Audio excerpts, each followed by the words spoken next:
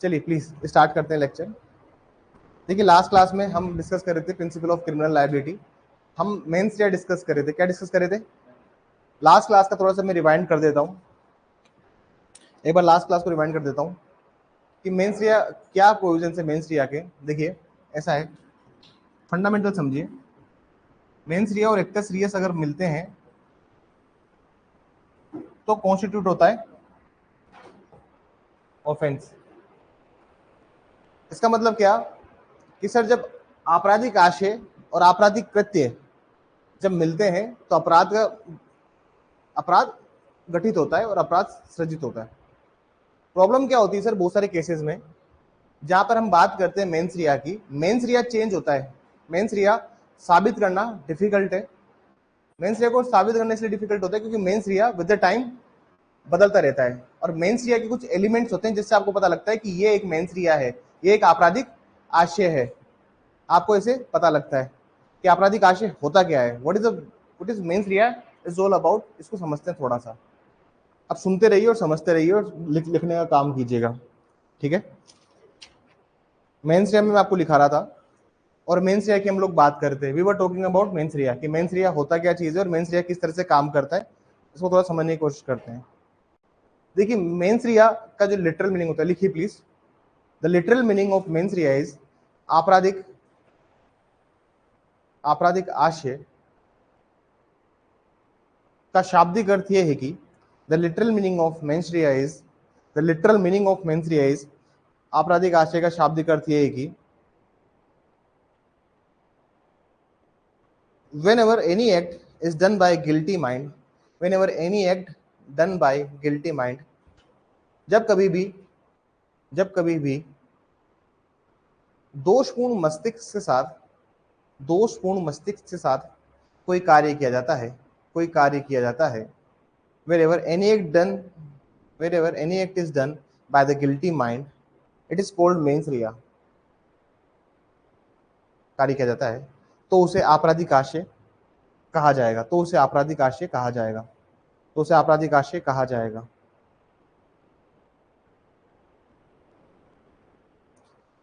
इसमें 3 केसेस हैं।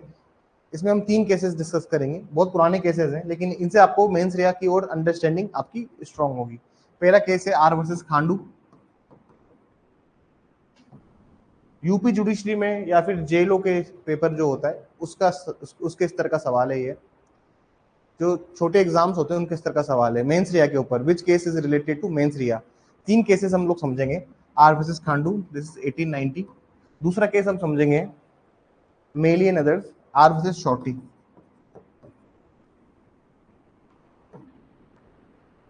This is 1950। और थर्ड केस जो हम समझेंगे वो है मेली एंड अदर्स,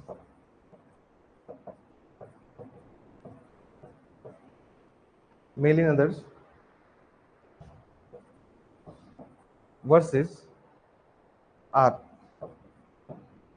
ये जो केस है ये 1953 का है, शायद 54। ये 3 केसेस हम समझेंगे सर, ठीक है ना। सबसे पहले मैं आर वर्सेस खांडू से स्टार्ट करता हूं कि इस केस के फैक्ट्स क्या थे, कि क्या फैक्ट्स थे, क्या तथ्य थे इस मामले के, इसको थोड़ा समझिए। सर ऐसा होता है,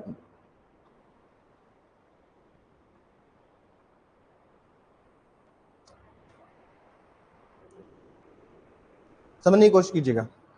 ऐसा होता है कि जो अक्यूज होता है, एक अभियुक्त होता है, वो किसी को मारने के इंटेंशन से क्या करता है सर, उसके सर पे बहुत सारे लट से, वो डंडे से बहुत सारे उसके सर पे मारता है। वो देखता है कि जो आदमी है वो बेहोश होके वहीं गिर गया है। वो समझता है कि उस आदमी की मृत्यु हो गई है, मतलब that such person is dead, ठीक है ना सर। उसको लगता है कि उस आदमी की मृत्यु हो गई है और जब वो ऐसा सोचता है तो वो क्या करता है सर, उस हट में आग लगा देता है। पोस्टमार्टम रिपोर्ट से रिवील होता है कि उसने जब हट में आग लगाई तो उस आदमी की मृत्यु जलने से हुई, न कि सर पे चोट लगने से। अब इस एक्ट को 2 भागों में डिवाइड करेंगे, ठीक है ना। ये आर वर्सेस खांडू के एक्ट को 2 भागों में डिवाइड करेंगे। इसके एक्ट को 2 भागों में डिवाइड करेंगे। जैसे पहला था जब उसने उसके सर पे, उसके हेड पे बहुत सारे ब्लो किए, मतलब उसके जब उसने उसके सर पे बहुत सारे, ये मैं फर्स्ट एक्ट बता रहा हूँ, ठीक है। अगर आप इस एक्ट में देखोगे तो उसकी इंटेंशन थी डेथ कोज करने की, उसकी क्या थी सर, लेकिन उसने जान से मारने के लिए कोई काम नहीं किया। मतलब कहने का मतलब है कि यहाँ पर मेंस रिया तो था, लेकिन यहाँ पर एक्टस रियस, ऐसा इन्होंने बोला, इस कोर्ट की ऑब्जर्वेशन थी कि इसमें एक्टस रियस नहीं था। हम कहते हैं कि मेंस रिया और एक्टस रियस साथ मिलेगा तो ही क्या बनेगा, ऑफेंस बनेगा, हम ये बात बोलते हैं। तो पहला जो काम था, उसने उसके सर पे लाठी से हमला किया और वो बेहोश हो गया। जब उस बेहोश हुआ तो उसने सोचा कि वो मर चुका है, तो इस उम्मीद में कि उसको उसकी उसकी हट में वो आग लगा देता है। अब आप यदि देखिए कि अगर आप इस एक्ट को अगर आप कन्वर्ट करोगे तो जो पहला एक्ट है जहां पर उसने ब्लो किया उसके सर के ऊपर, तो उसमें इंटेंशन थी डेथ कोज करने की, मेंस रिया का एलिमेंट था, लेकिन ये एलिमेंट मिसिंग था।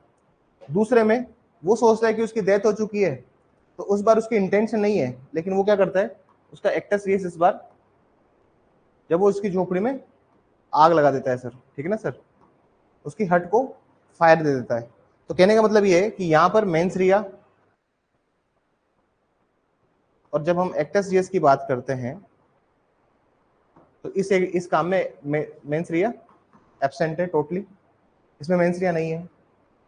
तो कोर्ट क्या करता है इस वाले मैटर में, ये जो मैटर था इस कोर्ट में क्या करता है सर, कोर्ट कहता है कि ये गिल्टी नहीं है इस क्राइम के लिए, उसको सिर्फ अटेम्प्ट टू मर्डर का गिल्टी मानते हैं। किसका मानते हैं भाई, हत्या करने का प्रयत्न किया है उसने, क्योंकि वो ये साबित करता है कि एक्ट को दो भागों में डिवाइड करो। जब पहले जब उसने मारा उसकी इंटेंशन थी, लेकिन उस मारने के रिजल्ट से उसकी डेथ नहीं हुई। जैसे यहाँ पर एक बार सुनिए, यहाँ पर इंटेंशन थी उसकी मारने की, लेकिन इसकी वजह से उसकी डेथ कोज हुई क्या, नहीं। डेथ कोज कब हुई, जब उसने एक्ट किया ना कि मेंस रिया किया। बात समझ में आई। तो ये दो भागों में डिवाइड कर दिया उसने अपने बुरे काम को। बात समझ में आई। हम क्योंकि देखिए प्रिंसिपल ऑफ क्रिमिनल लायबिलिटी कहता है कि जब एक्ट और मेंस रिया साथ में मिलते हैं तभी क्या बनेगा, ऑफेंस बनेगा। लेकिन इस सिनारियो में ऐसा हुआ नहीं वहां पे, क्योंकि जब उसने मेंस रिया किया तो उसका डिजायर्ड रिजल्ट डेथ नहीं हुआ। मतलब डेथ सर पे मारने से नहीं हुई, डेथ हुई है झोपड़ी में जलने से, पोस्टमार्टम ने रिवील किया। इसमें थोड़ा सा लिख लीजिए, the accused gave some blow on the head of the victim. The accused gave some blow on the head of victim. अभियुक्त द्वारा पीड़ित के सर पर वार किए गए, पीड़ित के सर पर वार किए गए। Accused gave some blows on the head of the victim. पीड़ित द्वारा अभियुक्त द्वारा पीड़ित के सर पर कुछ वार किए गए। With the intention of killing him, जहां उसका आशय मृत्यु कारित करना था, जहां उसका आशय मृत्यु कारित करना था। As a result of this, deceased become unconscious. थोड़ा तेज लिखिए please. As a result of this, accused become unconscious. इसके परिणाम में इसके परिणाम में इसके परिणाम में इसके परिणाम में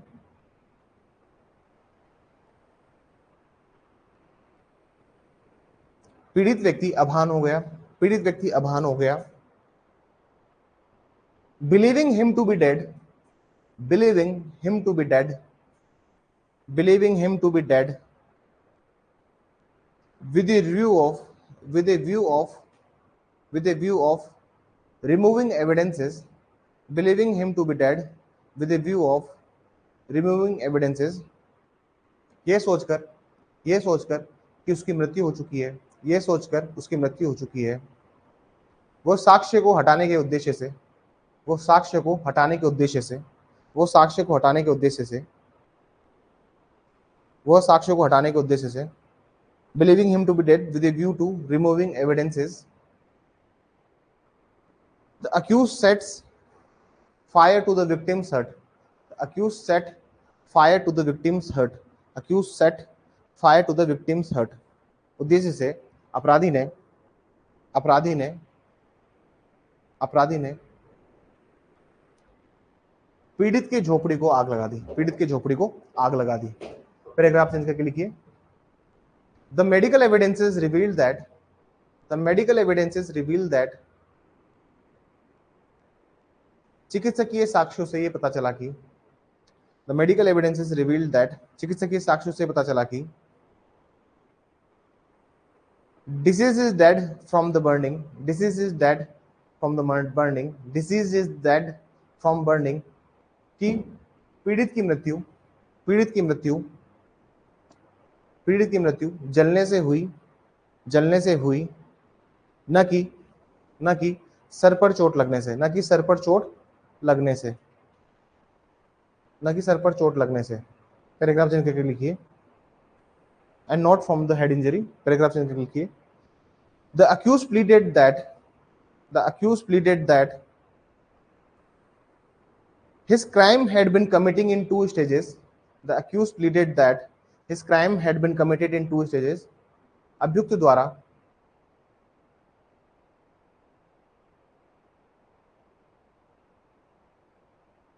में यह अभिकथन किया गया कि न्यायालय में यह अभिकथन किया गया कि उसका अपराध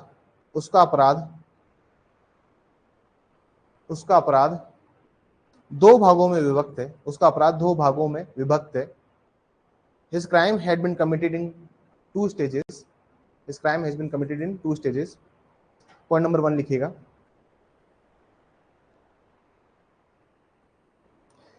पॉइंट नंबर 1 लिखिएगा, when he hit the deceased on the head, जब उसने पीड़ित के सर पे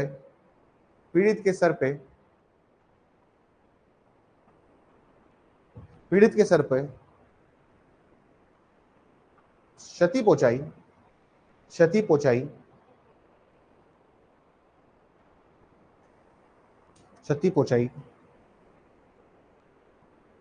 He has guilty mind। वहां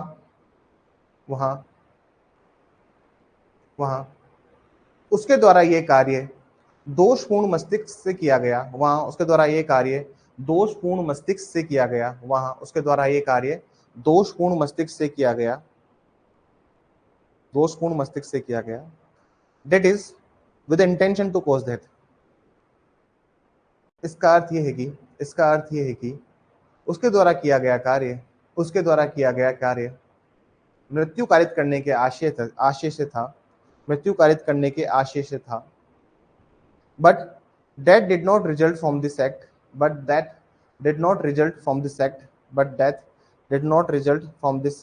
act। परंतु उसके कृत्य द्वारा मृत्यु कारित नहीं हुई। This shows that mens rea was present।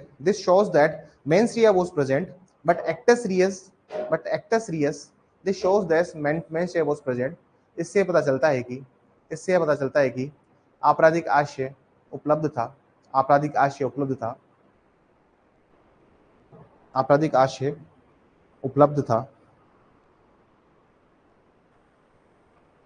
So the guilty act together with the guilty mind, together with the guilty mind does not exist at the same time। इसलिए हम ये कह सकते हैं कि घटना के समय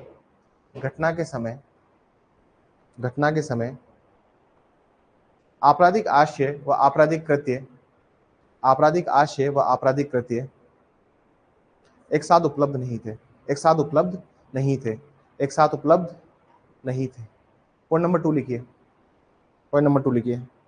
इन द सेकेंड स्टेज दूसरे स्तर पर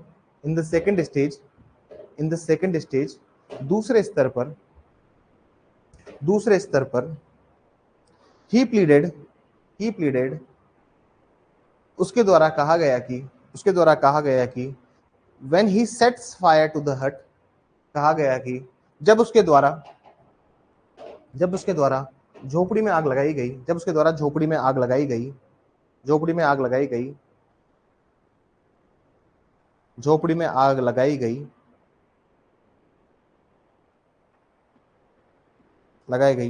he was already under the belief that he was already under the belief that तब वो पहले से ही इस विश्वास में था कि पीड़ित की मृत्यु हो चुकी है.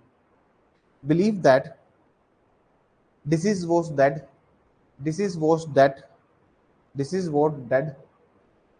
comma, which meant his guilty mind already ceased.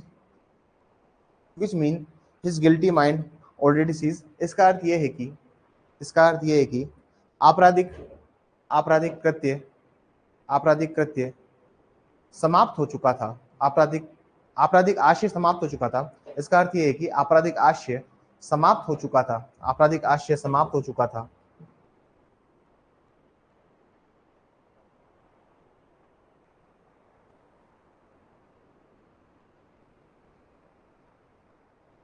Full stop. Paragraph में लिखिए इन दिस एक्ट टू इस कृत्य में भी in this act two guilty act and guilty mind. इस कृत्य में भी आपराधिक कृत्य व आपराधिक आशय एक साथ उपलब्ध नहीं थे. Guilty act and guilty mind are not present at the same time.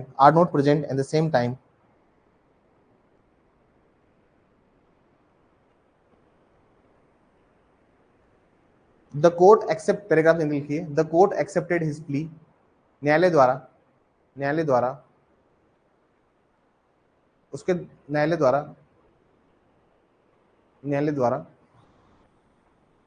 उसके अभिवचनों को स्वीकार किया गया.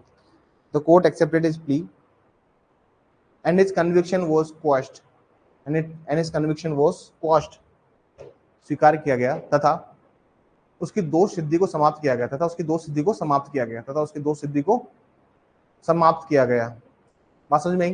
तो कहने का मतलब है जब उसने ये सर पे मारा सर, तो उस टाइम पर एक्टस रियस नहीं था, सिर्फ एक इंटेंशन था. दोनों एक सेम टाइम पे मौजूद नहीं थे. और जब सेम टाइम पे मौजूद थे, मान लीजिए तुम कह रहे हो कि सर इस टाइम पे भी तो एक्टस रियस था ना, डंडा मारा है सर पे, तो था ना सर एक्टस रियस? हाँ तो था, लेकिन उसकी वजह से तो मौत नहीं हुई ना सर, इसके रिजल्ट पे तो मौत ही नहीं हुई. तो फिर प्रिंसिपल ऑफ क्रिमिनल लायबिलिटी कहती है ना कि जब दोनों साथ में होंगे किसी टाइम पे, तभी आप उसको प्रिंसिपल को एप्लीकेबल करोगे. यही प्रिंसिपल ऑफ क्रिमिनल लायबिलिटी की बात की जा रही है.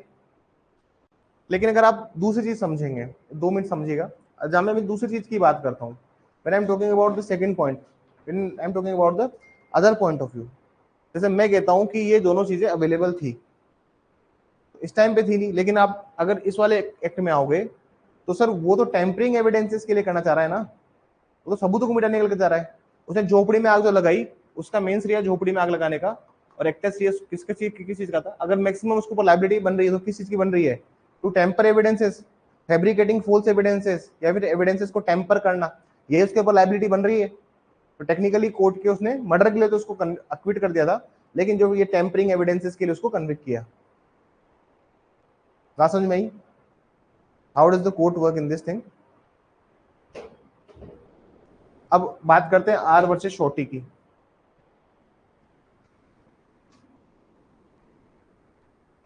आर वर्सेस शॉर्टी में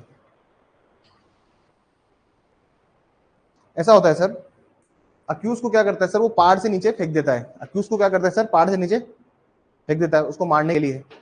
उसके बाद उसकी बॉडी को एक गटर में डाल देता है. कहाँ डाल देता है? गटर में. जहां पे पोस्टमार्टम रिपोर्ट ये रिवील करती है कि उसकी जो डेथ हुई है वो किससे हुई है? डूबने से हुई है, न कि पहाड़ पे गिरने से. उस क्लिप से जहां से उसको धक्का दिया गया, उसकी मृत्यु उसकी इंजरीज की वजह से नहीं हुई है. उसको गटर में जो फेंका उसकी वजह से उसको सांस नहीं आई, और पानी में जो उसको फेंका, डूबने से उसकी डेथ हुई. बात समझ में आई? समझ में आई आपको बात? इसमें भी लाइन लिख लीजिए.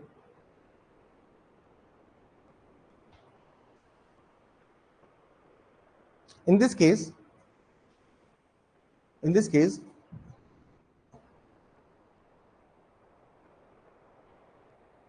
accused pushed the deceased from the mountain. इस मामले में अभियुक्त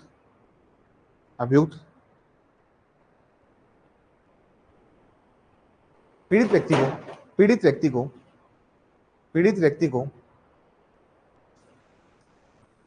को पहाड़ से धक्का दे देता है। Where the intention is to kill him, जहां उसका आशय मृत्यु कारित करना होता है।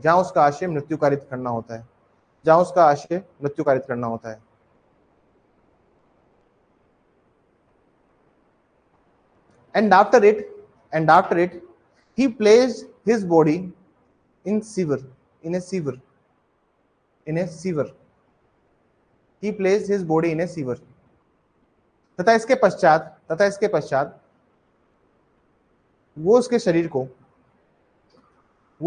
को एक नाले में फेंक देता है। The medical evidence prove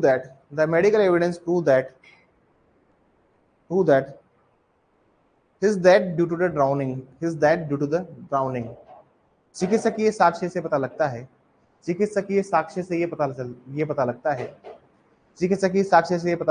कि उसकी मृत्यु डूबने की वजह से हुई।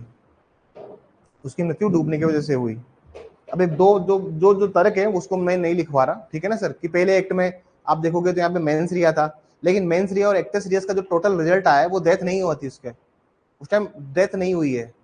दूसरी बार जब वो टेम्पर एविडेंस कर रहा है तो उस टाइम मेंस रिया और एक्टस रियस को साथ में लिया गया, ठीक है ना सर। तो उसमें एक बात लिख लीजिए, the accused was guilty of only attempt to commit murder and not of murder. अभियुक्त को केवल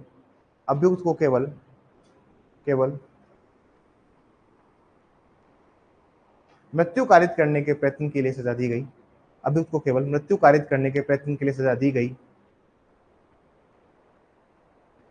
न कि मृत्यु के लिए।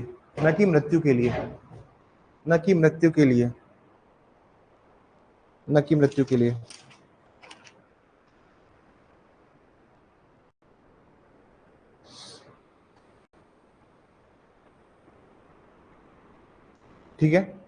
द लास्ट केस इज मेली नेदर्स वर्सेस आर। लास्ट केस लिख लीजिएगा प्लीज, मेली नेदर्स वर्सेस आर। इस केस में भी 2-4 बातें लिख लीजिए।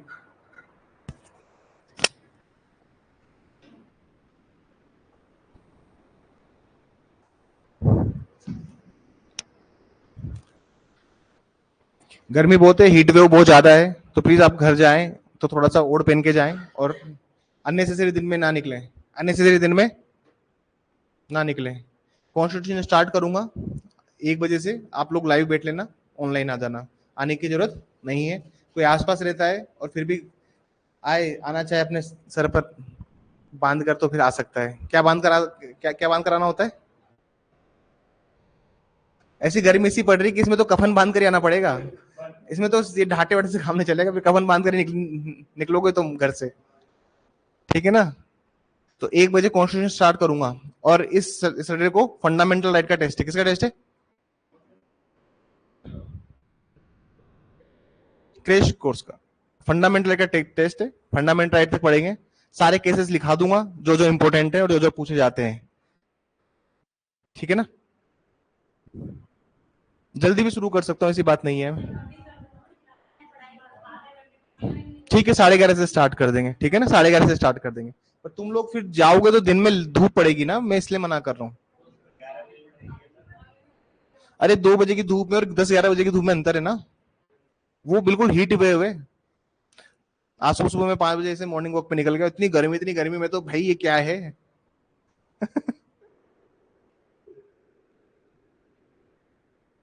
अरे पानी तो गर्म समझ में आता है, टंकी से आ सकता है, लेकिन भाई गर्मी बहुत तेज है, गर्मी का विशेष ध्यान रखिए। अब सर चलिए बस। अब सर इस केस में क्या होता है, मेली नजर वाले फैक्ट भी सुन लीजिए। इसमें क्या होता है सर, उसको इन्वाइट करता है पार्टी के लिए, क्या जा पार्टी करेंगे, ठीक है ना। और जब पार्टी के लिए इन्वाइट करता है सर, तो उसको थोड़ा सा दो गुड़ देता है, और माहौल जब जैसे लाइट होता है तो फिर उसके सर पे डंडा मार के उसका गेम ओवर कर देता है। और गेम ओवर करने के बाद में वो सोचता है कि यार ये तो बेहोश हो गया, उसको क्या करता है, पहाड़ से धक्का दे देता है। मालूम पड़ता है कि जब वो पहाड़ से रोल डाउन हो रहा था तो सर में चोट लगी उसको पत्थरों पत्थरों से, उसकी वजह से उसकी डेथ हुई। ठीक है ना सर? तो इसमें 2 लाइन लिख लीजिए।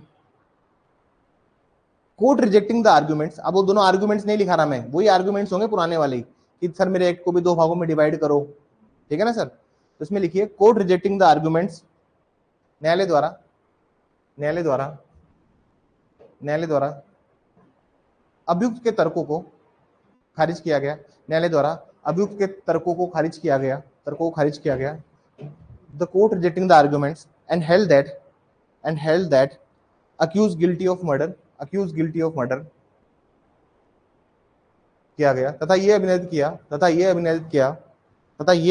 किया accused guilty of murder, ये निर्धारित किया कि अभियुक्त हत्या का दोषी है। The court considered whole transaction in a single unit, न्यायालय ने the whole transaction in a single unit, न्यायालय ने पूरे समव्यवहार को एक ही इकाई माना। न्यायालय ने पूरे समव्यवहार को एक ही इकाई माना। Whole transaction in a single unit.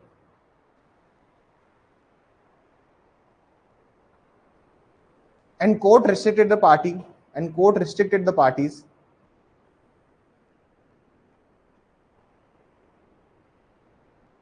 that transaction should not be divided into two part. तथा न्यायालय ने पक्षकारों को संपूर्ण घटना को 2 समव्यवहार में विभक्त करने से मना किया। 2 समव्यवहारों में विभक्त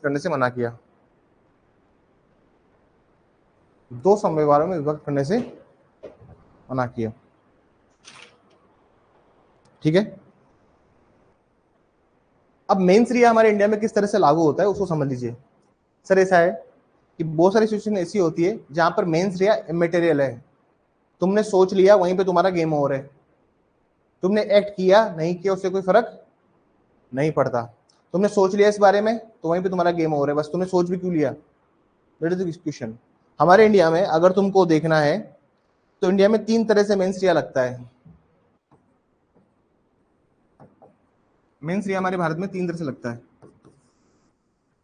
पहले डालिए पॉजिटिवली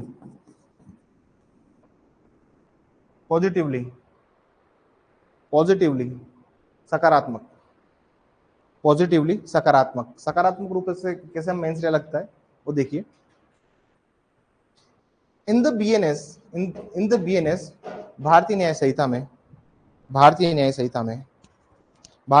में कुछ शब्द ऐसे प्रयुक्त किए गए हैं जिनसे भारतीय न्याय संहिता में कुछ शब्द ऐसे प्रयुक्त किए गए हैं जिनसे आपराधिक आशय होने का पता चलता है। पॉइंट नंबर 1 लिखिए। इंटेंशनली इन द, पूरा लाइन बोलिए एक बार। देखिए मैंने पॉजिटिवली के बाद इन द वेरियस लिखा है। ठीक है। In the BNS there are few words. अच्छा बीएनएस बोल रहा हूं, मेरे को वेरियस सुनाई दे रहा है। कोई बात नहीं, इधर उधर पॉइंटिंग फिंगर मत करो, बस ठीक है, समझ गया हमें। In the BNS there are few words by which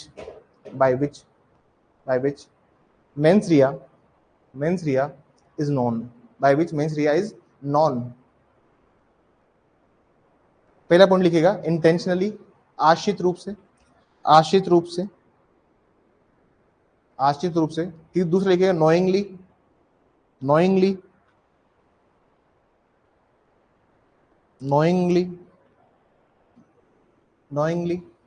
ज्ञानपूर्वक। तीसरा लिखिएगा डिसऑनेस्टली, बेईमानी से। चौथा लिखिएगा फ्रॉडुलेंटली, कपटपूर्वक। कपटपूर्वक, कपटपूर्वक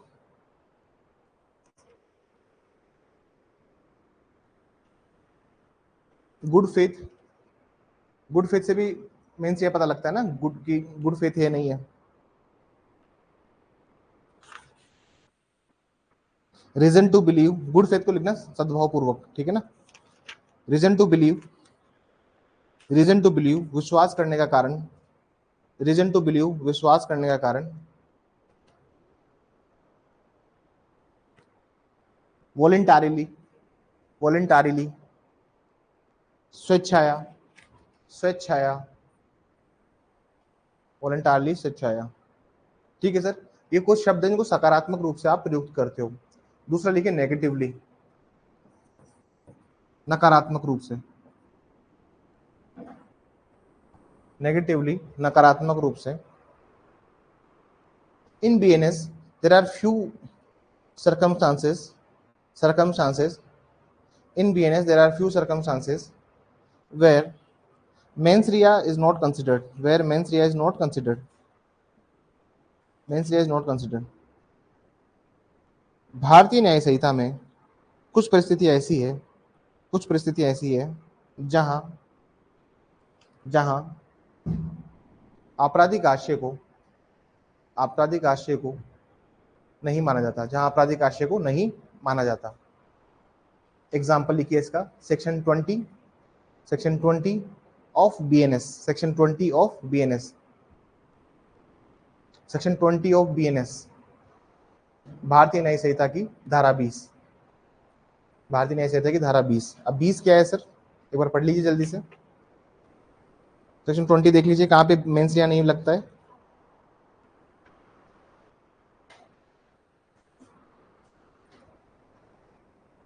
Look at section 20. Act of a child under 7 years of age. Nothing is an offense which is done by a child under the 7 years of age. इसको कहते हैं डोली इन कैप्टेक्स। अभी मैं हम पढ़ेंगे तो बाद में लिखवाऊंगा मैं आपको, ठीक है ना। अब सर ऐसा होता है कि कोई बच्चे ने पिताजी की अलमारी से बंदूक निकाली, पिताजी की अलमारी से क्या निकाली, बंदूक, और बंदूक को निकाल के उसका सेफ्टी लॉक जो था वो हटा हुआ था। गन में क्या होता है बेसिकली, सेफ्टी लॉक होता है, जैसे गन है ना तो यहाँ पे एक सेफ्टी लॉक रहता है। तो सेफ्टी लॉक अगर उसको ऑन किया हुआ है तो ठीक है, अगर उसको ऑफ किया हुआ है तो वो सीधा ट्रिगर पुल हो सकती है। कुछ पिस्टल्स ऐसी होती है जिनको कॉक करने की आवश्यकता नहीं होती, सेफ्टी लॉक हटाओ सीधा फायर करो। तो बच्चे ने हाथ में गन लग गई, और मूवीज वगैरह बच्चे देखते ही हैं, तो उसने ऐसे करके शूट कर दिया। तो इंटेंशन इमैटेरियल है कहीं पे, जहां पे इंटेंशन आप नहीं कंसिडर करते। ये कोई नहीं देखेगा कि बच्चे की इंटेंशन थी या नहीं थी मारने की, वो कंप्लीटली एग्जेम्प्ट है फ्रॉम द लायबिलिटी, उसके ऊपर कोई लायबिलिटी नहीं है। इसलिए क्या करते हैं ना लोग बाद बच्चों का प्रयोग करते हैं चोरी करने के लिए। तो मैरिज गार्डन है, वहां कोई सामान चुरवाना है, तो क्या करते हैं छोटे छोटे बच्चों को भेज देते हैं, 5-6 साल के बच्चों को अंदर अच्छे कपड़े पहना के, वहां जो बैग पड़ा उठा लाना। बच्चे के ऊपर कोई शक भी नहीं करता कि होगा यार किसी का बच्चा। क्योंकि ऐसा होता है ना कि मेंटली ये तुम्हारे घर में प्रोग्राम हो, तुम सबको बुला रहे हो, अब बच्चा कोई तुम्हारे घर में घूम रहा है तो तुम्हें क्या पता कौन सा बच्चा है, किसका बच्चा है। और बच्चे ऊपर चोरी का नाम लगाएंगे तो माँ बाप के से व्यवहार खराब होगा। बात समझ आ रही है आपको। तो बच्चे की इंटेंशन क्या है, अब बच्चा पकड़ाई में भी आ जाएगा तो ये बच्चे की कोई इंटेंशन है क्या। थर्ड लिखिए स्ट्रिक्ट लायबिलिटी, कठोरतम दायित्व, कठोरतम दायित्व, कठोरतम दायित्व। इसको ध्यान से समझना, कठोरतम दायित्व का क्या मतलब होता है उसको देखिएगा एक बार। When I am talking about strict liability, strict liability क्या होता है सर, मैं आपको बोलता हूं मेंस रिया है प्लस एक्टस रियस है, मेंस रिया है प्लस एक्टस रियस है। कुछ जगह ऐसी होती है सर, जैसे आप पता है मेंस रिया और एक्टस रियस बनेंगे तो क्या बनेगा, अपराध बनेगा, ऑफेंस बनेगा। कुछ जगह ऐसी होती है कि आपका एक्ट ही क्या है, ऑफेंस है। मेंस रिया है या नहीं उससे कोई फर्क, आपका एक्ट ही खुद ऑफेंस बनता है। इसके बहुत सारे एग्जाम्पल हैं, जैसे कोई अश्लील साहित्य की किताब है, सपोज कोई कोई ऐसा ऐसा लिटरेचर है जो कि लोगों की नज़र में, समाज की नज़र में गलत है। तुम्हारी एक स्टेशनरी की दुकान है, तुम उस पर बुक्स बेचते हो, ठीक है ना सर, उस पर बुक बेचते हो। अब तुम ये कह रहे हो कि सर मैं तो अपना काम कर रहा हूँ, मुझे क्या मतलब है एक मेंस रिया से, मेरी कोई इंटेंशन थोड़ी ना है, पैसा कमाऊंगा मैं तो। बात समझ में आ रही है? कुछ वल्गर कंटेंट आप बेच रहे हो मार्केट में। इसका मैं आपको एग्जांपल देता हूँ। पहला चीज लिखिए, लिखिए इसमें थोड़ा सा लिखिए। There are 5 circumstances where no mens rea required, to be held for guilty, निम्न पांच परिस्थितियों में दो सिद्धि के लिए आपराधिक आशय आवश्यक नहीं है।